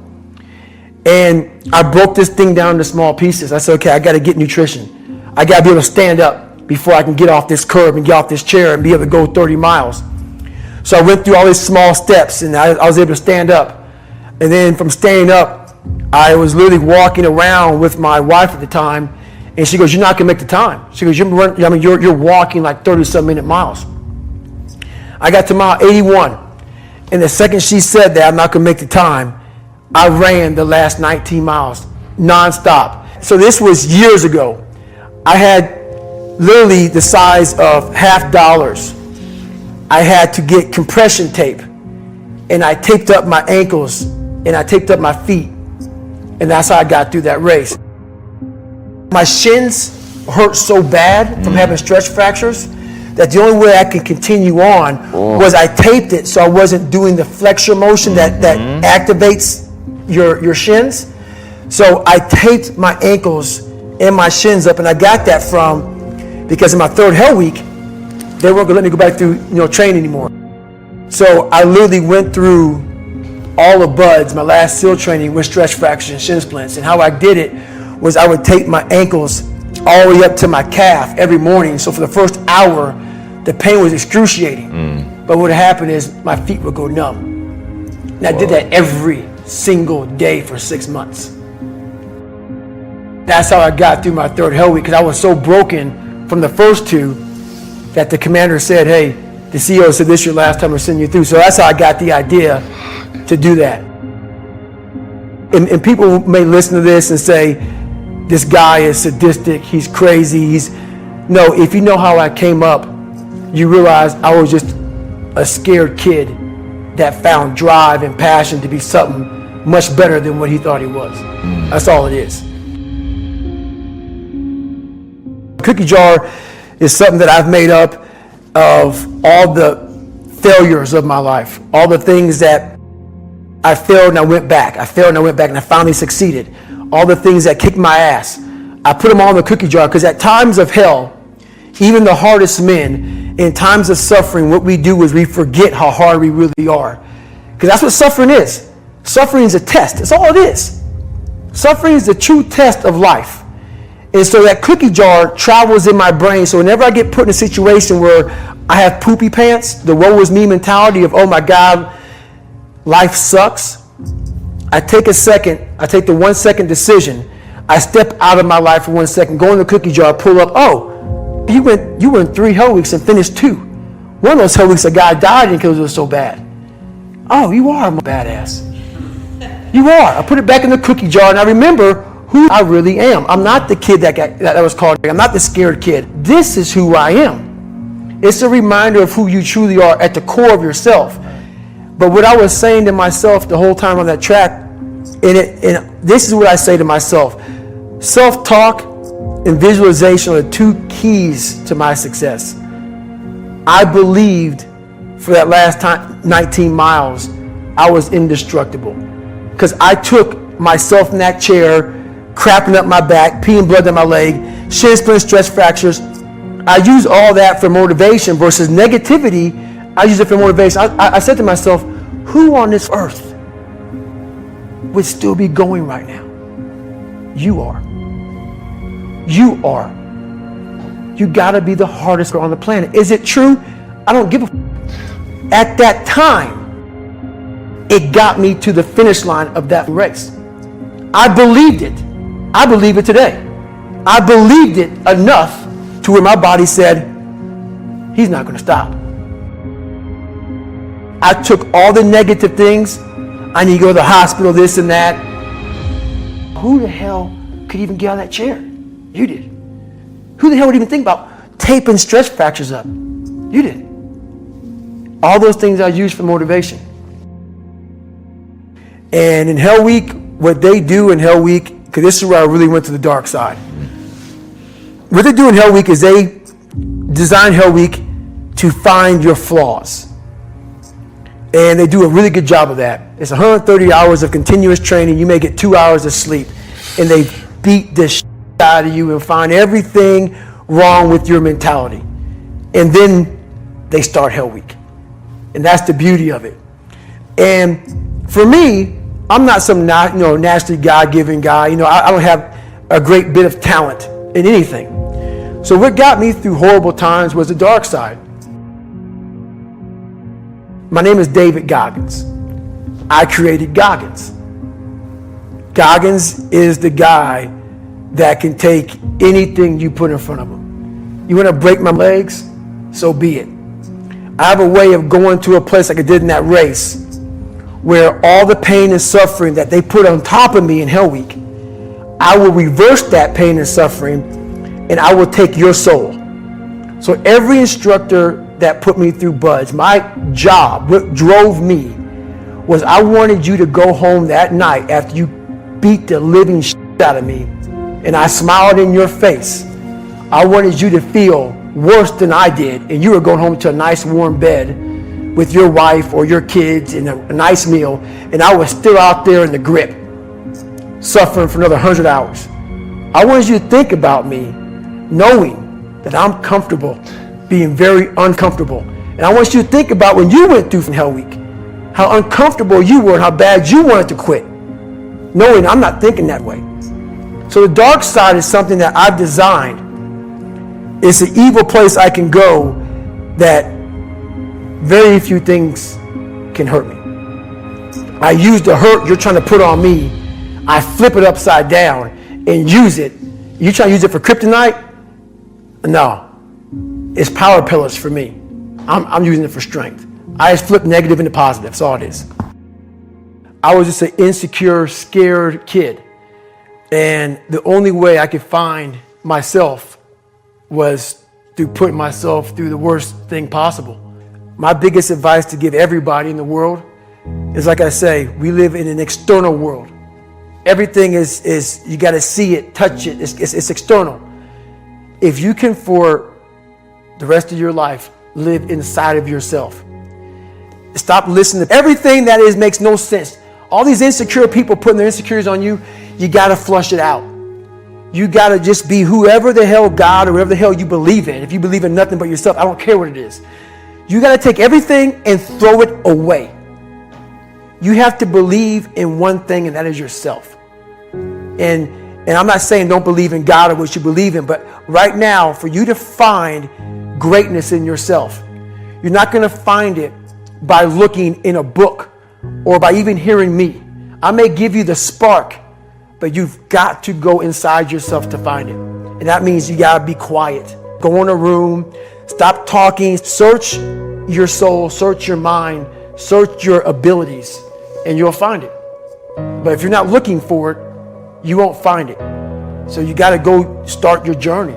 And the journey starts with you finding, why the hell am I here on this planet Earth? Why am I here? And if you don't know that, you will live the rest of your life searching, always asking the question, why? Well, it was pretty crazy for me. It took a while to get to that point where enough was enough. What happened, I came home one night from work spraying for cockroaches.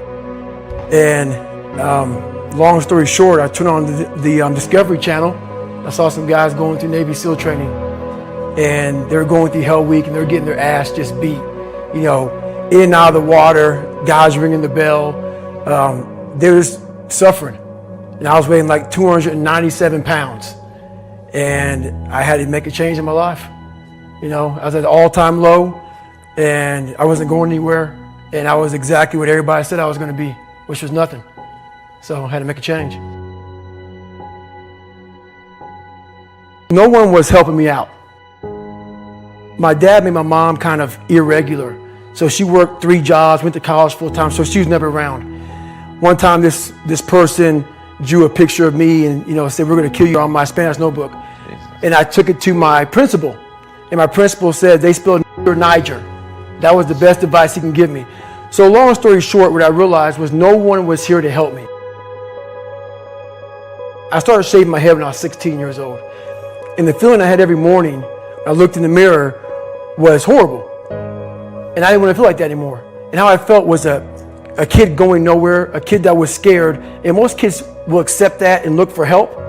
But the best thing that happened to me, no one helped me. No one felt sorry for me. No one looked at me and said, like this day and age, they'll take you in and they'll tell everybody, stop picking on this person. Back then, they didn't care. The KKK marched in our 4th of July parades. They had to stay 100 yards back, but they marched in it. Wow. That's how this town was. And my mom cared about me, but my dad took our soul.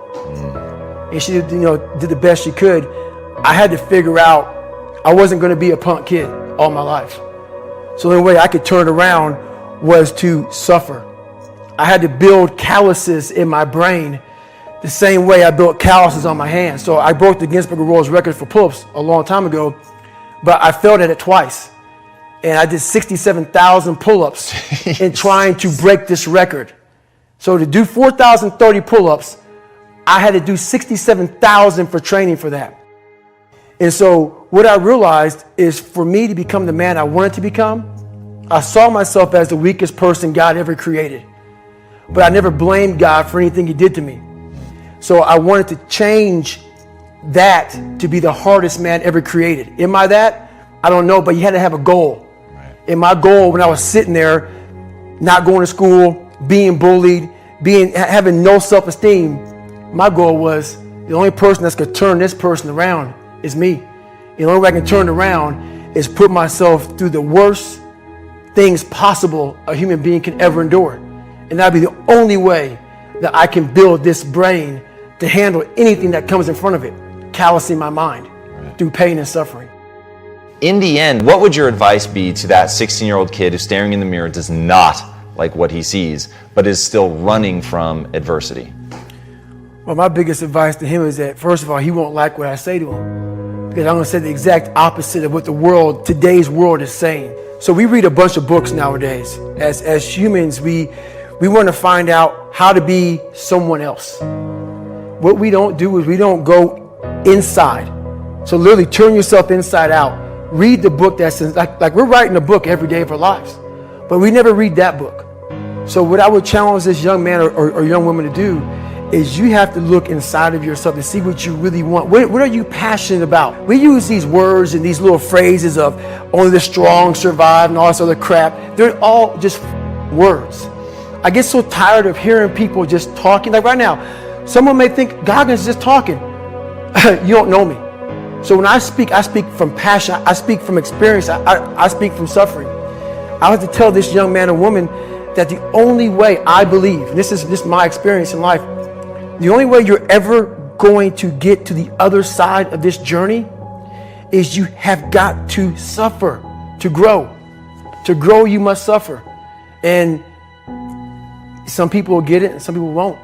But they have to see what their journey is to start their journey. Several people live to be 100 years old and they have great lives and they have great kids. Their kids go to college and all sorts of stuff. But somewhere in their life, there was a point where they had a decision to make. They can go left or right on this path. Left was the easy route. Right was the hard route. A lot of people take the easy route.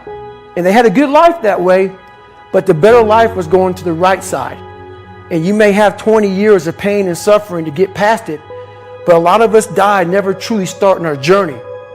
And I would tell this young person, you got to start your journey. It may suck, but it will come out the other side where you're coasting.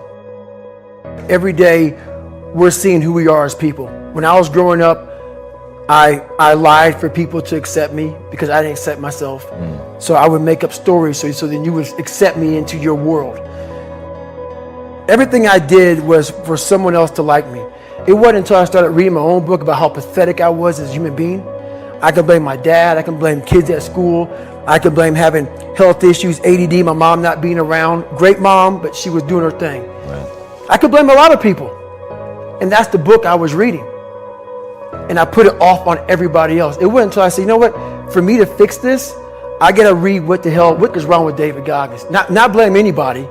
Read my book and say, okay, I'm afraid of my shadow. How can I overcome that? Go in the military, get your ass kicked, do things you hate to do, be uncomfortable every day of your life. Roger that. I'm not the smartest kid in the world. Okay. Instead of somebody saying, oh no, you're smart. No, don't say that to yourself. I said to myself, no, I'm a dumb motherfucker. Okay, roger that. How you get smarter? Educate yourself. So the things that we run from the truth. We're running from the truth, man. So the only way I became successful was going towards the truth. As painful and as brutal as it is, it changed me. It allowed me to become, in my own right, who I am today. So hopefully, I can help people that believe that they're much less than what they truly are. Help them find greatness in themselves. And greatness isn't running 200 miles at a time or doing 4,000 pull-ups or being a SEAL. Greatness is whatever the hell you dreamed of in your own mind. You got to first see it. You got to first create this vision in your mind. And then that's when I come into play. Once you create this vision in your mind, it's how am I going to get there now? And that's when I come into play. But first you got to create your own vision. And then it's not external. It's the vision created is inside of you. So until you create that, I'm nobody to you. I'm slowly writing a book right now. It's taking me 4 or 5 years because I have so many things to talk about. It's going to be probably several books. But the first book will probably be about my life story, how I came up, and a few lessons learned along the way. But, you know, I have so much to talk about, so much to say, just to give people a lot more than hope. So